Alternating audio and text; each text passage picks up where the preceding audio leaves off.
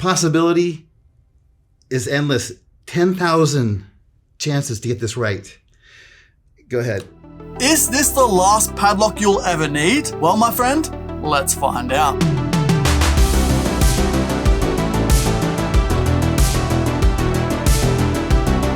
G'day champion, how are you? Welcome back to Murphy's Magic Stumped.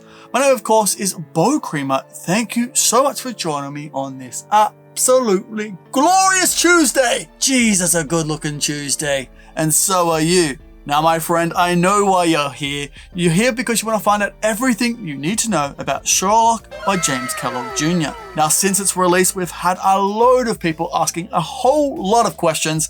So we got in touch with our good friend James, who's going to answer a lot of those questions for you. And I'm here just to fill in the blanks. Now before we get into today's episode, I do want to tell you about this week's giveaway.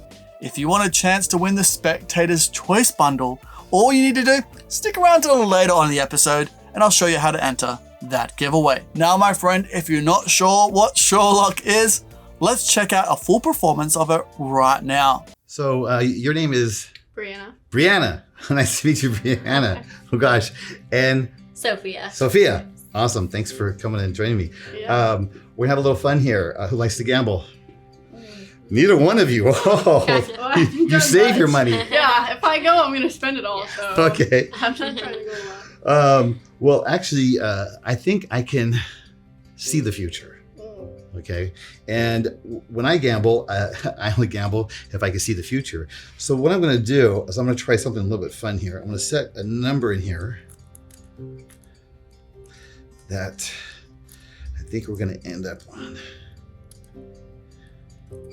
Excellent. Okay.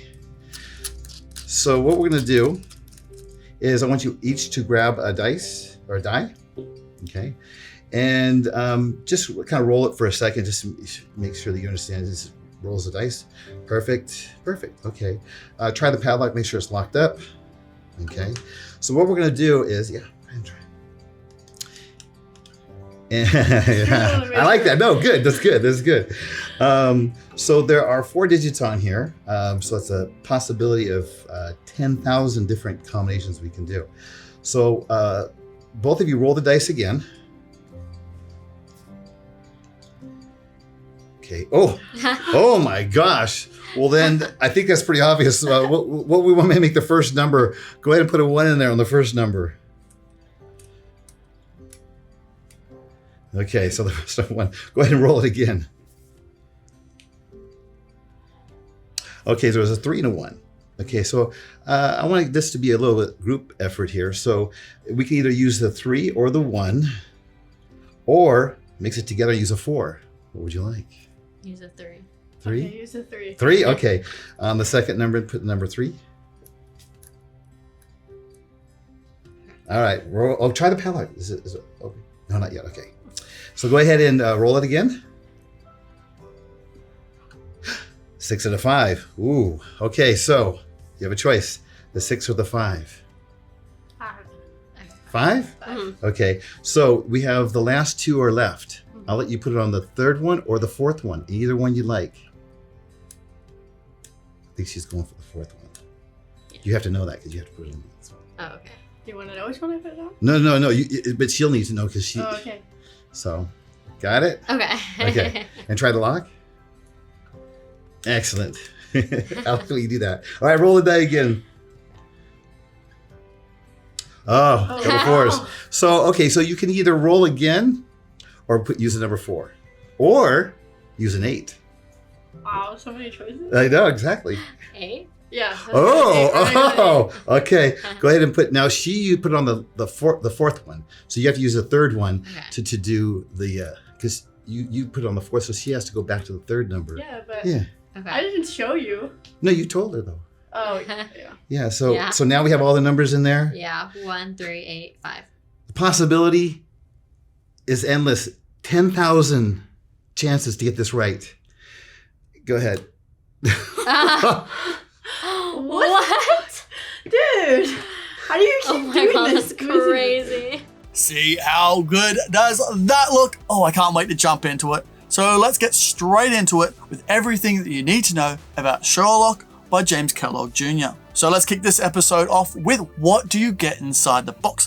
When that bad boy arrives, what do you find when you open it up? Now let's start with the box itself. It is absolutely gorgeous, beautifully made, it looks good, and also awesome functionality. Now that aside, what do you find inside?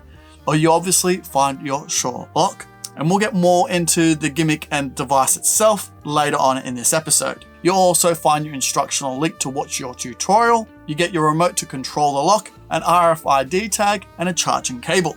Now, if that's all you needed to know and you're like, hey, all I needed to see was the performance and what was inside the box, tell me how much this is right now. Please, Beau, please. Well, good news, my friend. That's exactly why I am here. You can pick it up right now via the link in the description below to a magic shop, or you can get it worldwide at your favorite magic shop for $549.90. Now, is that price point worth it? Well, yes, in my honest opinion, and this isn't me just trying to sell the product, I honestly think it's worth it.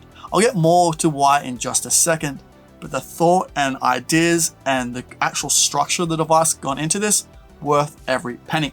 Now, moving on to the skill level itself, what kind of skill level do you need to be able to perform this and use the device? Well, my friend, you need a skill level of a beginner magician, and that's one of the reasons why I love this. It's pretty much self-working, and all you need to do is worry about your routine. Beautiful. Now onto that gorgeous tutorial. How does it look when you watch this at home? Well, what you're seeing on screen right now is exactly how this looks when you watch it on your portable device, your phone, your TV, or your sister's eyebrows. San Diego Magic Shop has gone above and beyond for this. Everything is crystal clear, easy to understand, and boy, oh boy, does it look good. Now onto the gimmick itself. Is it well built? Well, James is going to tell you a little bit about its durability. He's even going to drop it on the floor for you. Okay, so we're going to try this because it is okay as far as dropping it. I wouldn't recommend just dropping it for the fun of it, right? But you can drop it because it's kind of got this rubber boot, which is pretty much like a shock resistant case on it, right? Imagine like your phone. So pretty much the best way to explain it is if you drop your phone, what's going to happen? Exact same thing would happen with this. So it's possible that it could break. It's possible that nothing could happen at all. But just so you could see, we dropped the lock, right? It fell, bounced. And let's hope it works, right? And works no problem, right? So yeah, so as far as the drop durability, it seems like it's pretty good as far as sturdiness goes. There really isn't too much, oops, landed on the RFID card, but you can see it unlocks no problem after it's locked. So durability, it's pretty good. Don't recommend dropping it just for the fun of it, but it will work if you dropped it, hopefully, right? But it is electronics. So in the end, I always like to tell people in the end, please just make sure that you know that it is electronics. It's only gonna work so much as far as dropping it goes, but with this little extra rubber boot on it, it kind of actually gives like a shock resistant case, right? So it's kind of nice, but durability pretty strong, right? Very simple, right? There's two different ways of doing it. It's all listed out in the instructions. Each one, if I were to pair remote, I'll kind of show you just the gist of it because it's the more of the quick one. The RFID takes a few more seconds, but it's not anything more complicated. I have two buttons on here. I hold the one button down. I put the remote into pairing mode, which it's in pairing mode right now. If this wasn't connected, all I would do is turn on the lock right now. I'm turning it on. And at this point, as it turns on, I felt that it connected and I know that the remote is now connected. So that's pairing it. That's as fast as it can be as far as that goes. So the remote is now paired. If it was a new remote or things like that, that's how quickly it is to pair it. But you shouldn't need to ever worry about pairing the remote. It should automatically stay paired at all times. As for RFID, it's just as simple in a sense. It's a little bit different as far as the process, but it works a little differently. I got to put the lock into pairing mode because it doesn't have a pairing mode on the RFID card. So I'm going to put the lock into pairing mode. I'm just going to hold it for a few seconds, and it's in pairing mode right now. So I take the RFID card, I touch it, and it's paired. That's it. And you can pair up to 8 of these cards. So you can pair up as many as you want to unlock and lock the lock. So this, you can see RFID, remote, both paired in maybe 10 seconds. It's very quick, right? So you can see it's locked, RFID touches, it's unlocked, right? That easy. So yeah, pairing it, super quick, right? It takes about, I would say roughly for a full charge, if the battery's completely drained, it's looking about 2 to 2.5 hours to get it fully charged. You can leave it on the charger for longer than that. I would not recommend leaving it on for extended periods of time, like days, but if you left it on there overnight, it's fine. There's no issues with that. But it takes roughly about 2 to 2.5 hours to get a full charge out of it to be able to get you that 3.5 hours roughly of use. So it ranges anywhere from 2.5 to 3.5 hours on a full charge, depending on the amount of use and stuff like that. But as far as charging it goes, maybe 2 to 2.5 hours to get a full charge out of it. Yes, that is your boot, right? The boot that goes over this. So the Sherlock boot, this comes off. I'll kind of show you here so you can see. It comes completely off like this. Right, this is your boot. This covers all the ports. If there's 2 little ports. There's your charging port and there's your power port. Both of these get covered by the boot. There is a little light indication in there, which will help you if you can see it in the camera. I'm not sure if you can see that blue light in there. I'll kind of move it around to hope that it catches it. That light can be covered by the boot if you turn it around and put it this way. If you wanted the indication showing, you could have the little hole there and you can put it on this way so the indication showing. I would use this more for parlor settings as far as being on stage in front of a bigger audience and being able to get my line of sight to see that the lock is actually unlocked. But if I was doing it in close-up, I'd flip the boot around, put the boot on so there's no light, so there's no worry about anyone seeing anything. And that covers up everything. So there's no ports or anything for them to see if the boot is flipped around entirely. The only way they'll see that one little hole is if the boot is turned around the other way. But in that instance, it's like I said, I usually use that in stage and parlor settings where you don't really need to worry about that port being a problem. So yeah. So that's the covering port for those, right? And I'm assuming with the remote, as far as kind of what it's going towards, as far as this question is, this doesn't have a confirmation as far as it doesn't vibrate to let you know that it has been unlocked. You will see, like I said, there is that blue light indicator if you wanted to see that to know that that's unlocked. The main reason that we also kind of had the RFID installed in this was as a safety precaution, because the biggest issue that could happen, right, is a remote disconnecting from a lock, the Wi-Fi frequency, right? It just happens. It's technology. It's bound to happen at some point, right? We've tested this in crazy amounts to the point where we've made sure that it doesn't drop. I mean, rarely at all, if ever, but it does happen. So we know it's going to happen. So we put in this RFID spot in there. This is mounted to the board. So the only way that this will not unlock the lock is your lock is dead or the hardware inside of it is just fried and burned. The good thing is though, and I've told people this in the past and it makes sense, is that in the time of you using this, there is no way, I mean, cross my fingers, but I don't think there's a way that you could turn on the lock, go to a table, unlock the padlock, put the ring on or whatever it is you're doing, lock it, and have it die or malfunction in that time frame of the 1 to 2 minutes, right? It just is very unlikely that it would do that. So if it's not going to work, it's probably not going to work from the very beginning. But we have that RFID as a secondary option. Of course, like I said, so if you tap, it will unlock. And that will never disconnect because it's hardwired to the board. So that will always stay and be able to be accessed at any point. If the remote ever disconnects, you have that RFID. So that's our little few safety things from that. Now onto who will perform Sherlock. Is this the type of thing you're going to perform close-up walk around? Absolutely. Can you imagine locking some spectators' rings on the lock, having it lock and having them or their friends around the table choose the codes and have it open? Beautiful. This is made and perfect for walk around magicians. But it doesn't stop there. This will work perfectly for stage or parlor magic. Even if you're a TV or social media magician, this is begging and aching to be performed. Begging! Absolutely begging for it. So really, this is a versatile piece that isn't really just a padlocking lock effect. You can actually adapt it to a lot of different routines. Really, it's just limited to your imagination on what you can do with it. Like one idea that James Kellogg Jr. had thought of it, imagine if it was like a 3-card Monty routine using 3 padlocks themselves. And the spectator chooses one padlock and at the end, their thought of serial number opens it up. Honestly, it's a real perfect addition to any mentalism piece. Now let's take a break from this breakdown for just a wee second because I want to find out who won last episode's bundle. So, head scratch please. Congratulations my friend, you're the winner of last episode's bundle. So if you could DM me on any of Murphy's socials, I'll get that prize out to you quicker. You can say, hey, what were you thinking of? Now on to this week's giveaway. If you want a chance to win the Spectator's Choice bundle, all you need to do is comment below what 4 numbers would you use for the padlock. Whatever they are, let me know in the comment section below. I'll choose someone out at random and you'll be announced in the next episode. So good luck. Also, if you haven't checked out last week's episode of Stumped, make sure you do. Card on screen right now. It's where I go over absolutely everything you need to know about this incredible piece of magic. Okay, so getting back to this tutorial, what do you learn on the explanational video? Well, the main specific tutorial goes for about 30 minutes and 45 seconds, where you're gonna learn everything you need to know about your device, using more RFID tags, ideas, routines, how to reset it, turning it on and off, everything you need to know is on this explanational video. Now, the explanational page, when you load it up, actually has 3 videos on it. The second video is about turning your device on and off, and the third video is a full performance with some follow-up ideas. Now on to its examinability. Can you have your spectator examine this? Yes, absolutely, undoubtedly you can.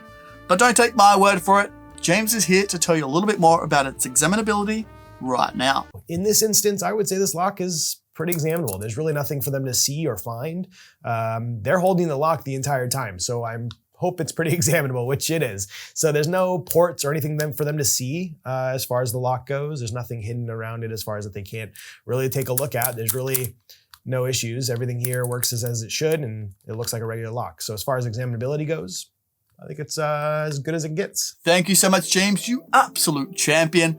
Now onto those pesky angles. Can you perform this surrounded? Well, absolutely, undeniably you can. This is built to be performed surrounded, with the RFID tag depending on where you want to hide it, whether it's in a deck of cards, it's in the table, it's in your jacket pocket, wherever it is, that doesn't have to be seen. But also that remote, it can be in your shoe, in your pocket, no one's gonna see a thing. So you can perform this 360 degrees surrounded with spectators on top of you, below you, wherever you want. They ain't gonna see a thing. Okay, so this all sounds all well and good, so let's wrap this up into a nice little package. Now with over 10,000 combinations, one outcome, and you're right every single time. There's 0 restrictions, 0 limitations, and endless possibilities. This has been over 3 years in the making. Designed and brought to life by master locksmith and magician James Kellogg Jr., Sherlock is the mentalist's dream with endless possibilities. Whether you're performing with a huge audience or one-on-one, this is the ultimate mentalism tool. Not only will you amaze your audience with a standalone piece of magic, but if you have a padlock routine ready, this will make it even better. With the purchase of Sherlock, you'll see a few simpler routines that you can watch and perform instantly. But I'm sure you're already aware that this lock's purpose does not stop there. Sherlock is instantly repeatable, and the numbers never need to be the same. Adapting Sherlock to your performance is a breeze.